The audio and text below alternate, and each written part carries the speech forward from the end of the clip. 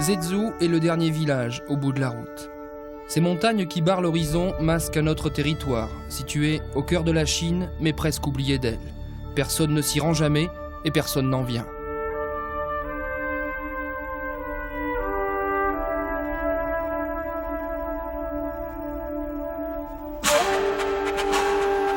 À plus de 3000 mètres d'altitude, des voies s'élèvent de ce désert de pierre.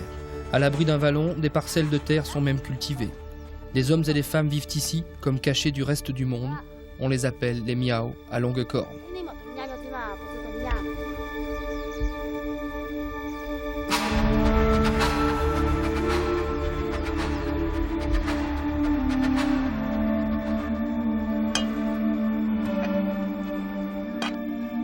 De cette Chine immense de plus d'1 milliard d'habitants, les miao sont la plus petite minorité. Non recensés officiellement, ils seraient moins de 4000 répartis dans une douzaine de villages. Nul ne connaît vraiment leur histoire, nul ne sait surtout pourquoi ils vivent ici.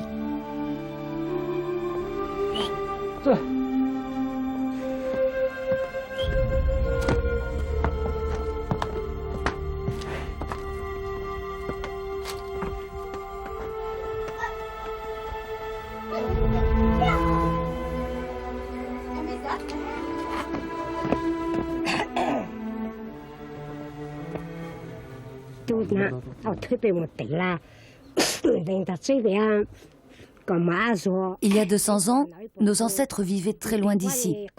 Puis ils ont été chassés par la guerre et se sont installés dans cette région. Ils sont montés le plus haut possible dans la montagne. Ici, la terre pouvait encore leur donner à manger. Alors, la tribu est restée.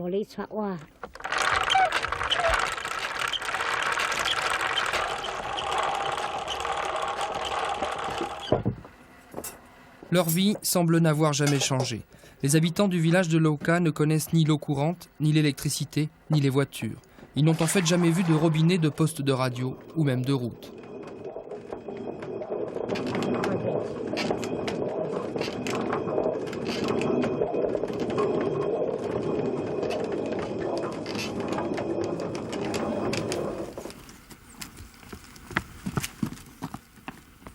Dès la fin de l'hiver, du lever du soleil au crépuscule, ils tentent de faire pousser dans cette terre si rare et si pauvre de quoi nourrir leur famille.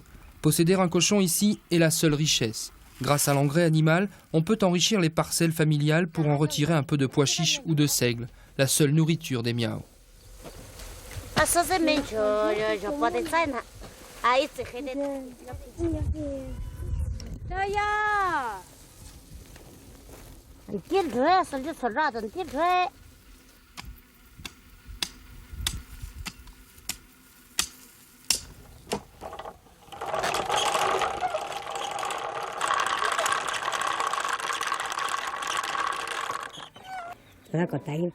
C'est vrai, notre vie est difficile. Avant, c'était plus dur encore, parce qu'on n'avait pas d'argent dans le village. Et vous savez, parfois, quand l'hiver est trop long, la terre ne nous donne pas assez à manger. Mais pour nous, les femmes, le plus important, c'est d'être belles tous les jours. Dès leur puberté, chaque jour, les femmes miao doivent porter les cornes et la veste brodée. Elles confectionnent elles-mêmes le batik et brodent chaque pièce de tissu dont les motifs ne sont jamais les mêmes.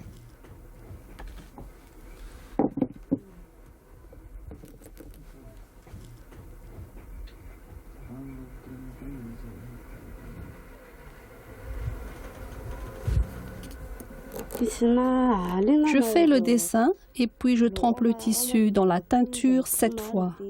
Après, j'enlève la cire et c'est fini.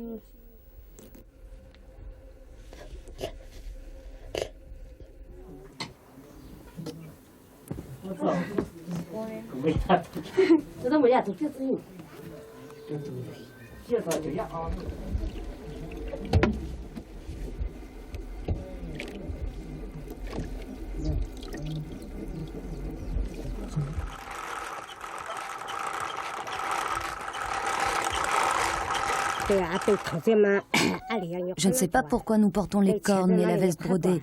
C'est beau, non? Allez voir Chong, c'est l'homme le plus vieux du village, il sait beaucoup de choses. Il va vous expliquer, lui.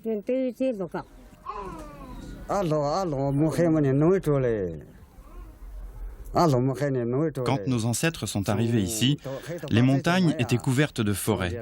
Il y avait beaucoup de fantômes dans la forêt, ça leur faisait peur. Alors, ils ont décidé de s'habiller comme le pan, avec une longue queue et des cornes, pour faire peur aux fantômes. Et c'est depuis qu'on nous appelle Sango Miao, les miao à longues cornes.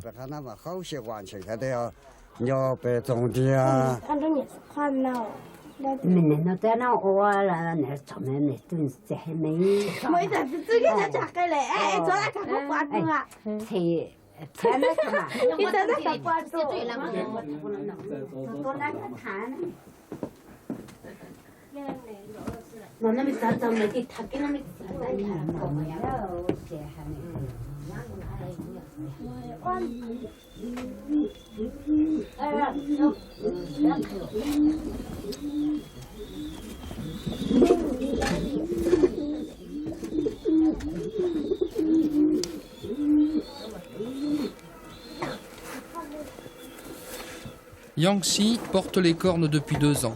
À 14 ans, elle est déjà, selon son père, en âge de se marier. En certaines occasions, elle doit donc porter la grande coiffe, un immense postiche de laine et de fil de soie pesant plus de 3 kilos. Plus riche est sa famille, plus imposante doit être sa coiffe.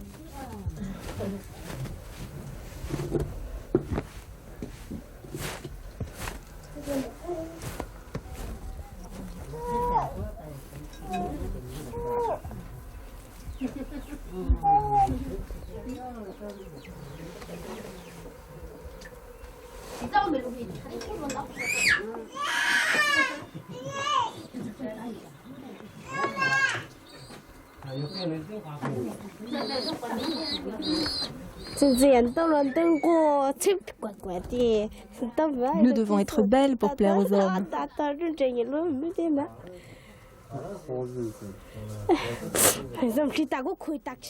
Alors nous portons la grande coiffe pour aller dans les autres villages, sur le marché et aussi lorsque des étrangers viennent ici.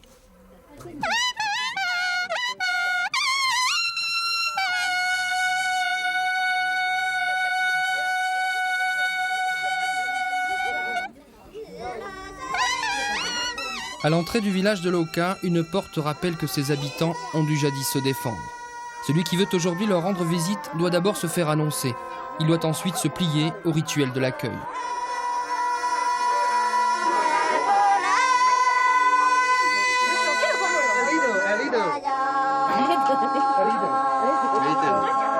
L'étranger doit boire autant de verres d'alcool qu'on lui propose. S'il s'y refuse, il devra rebrousser chemin.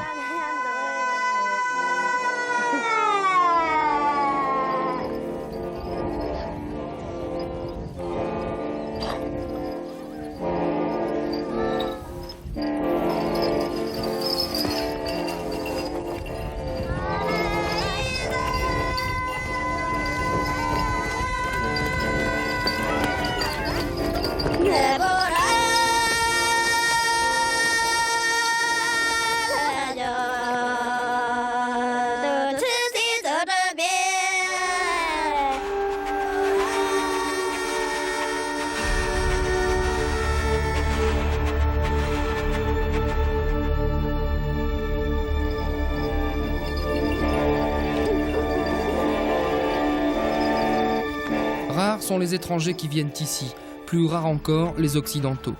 Depuis l'ouverture de la province il y a quelques années, ils seraient 5 à avoir franchi les portes du village. C'est à Tsuilong que les Miao ont quelques rares contacts avec les autres communautés chinoises. Une fois par semaine se tient ici un important marché. Descendus de leur sommet après plusieurs heures de marche, les Miao y retrouvent de nombreux commerçants venus du fond des vallées.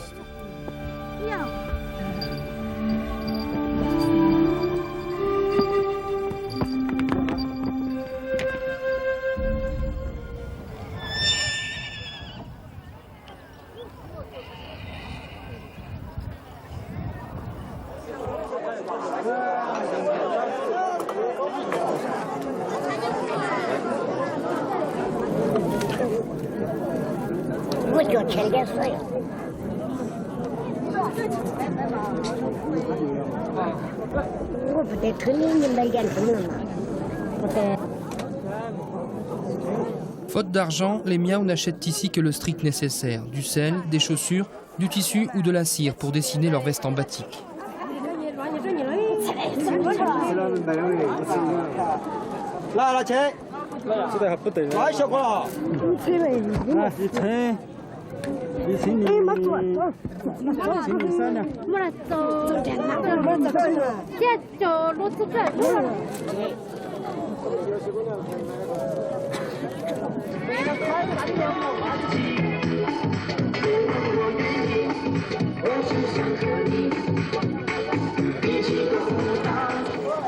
Pour Yang Chi et ses amis, le marché de Tsuilong, c'est aussi de temps en temps l'occasion de faire des folies. Ici, chez l'institutrice dont la cuisine fait office de restaurant, elle s'offre un repas de luxe, viande et pommes de terre.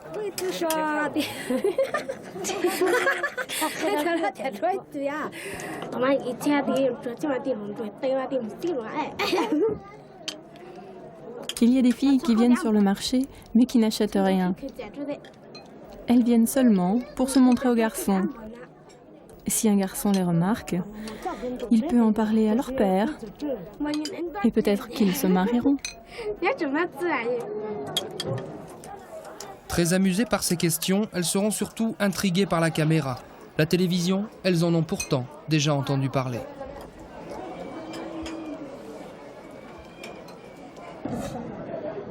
Je n'ai jamais vu de télévision, mais un jour quelqu'un m'a expliqué. C'est une boîte dans laquelle il y a des paysages. Le maître de maison se proposera alors de dévoiler son poste de télévision acheté en ville quelques semaines plus tôt. En vain, il tentera de capter quelques programmes. Dans la boîte, Yang Chi et ses amis ne verront aucune image, comme si le progrès se refusait à elle. Les autorités chinoises ont décidé de désenclaver le pays Miao. Ces derniers voient avec curiosité la piste en construction, au pied de la montagne, sans savoir ce qu'elle pourra bien leur apporter.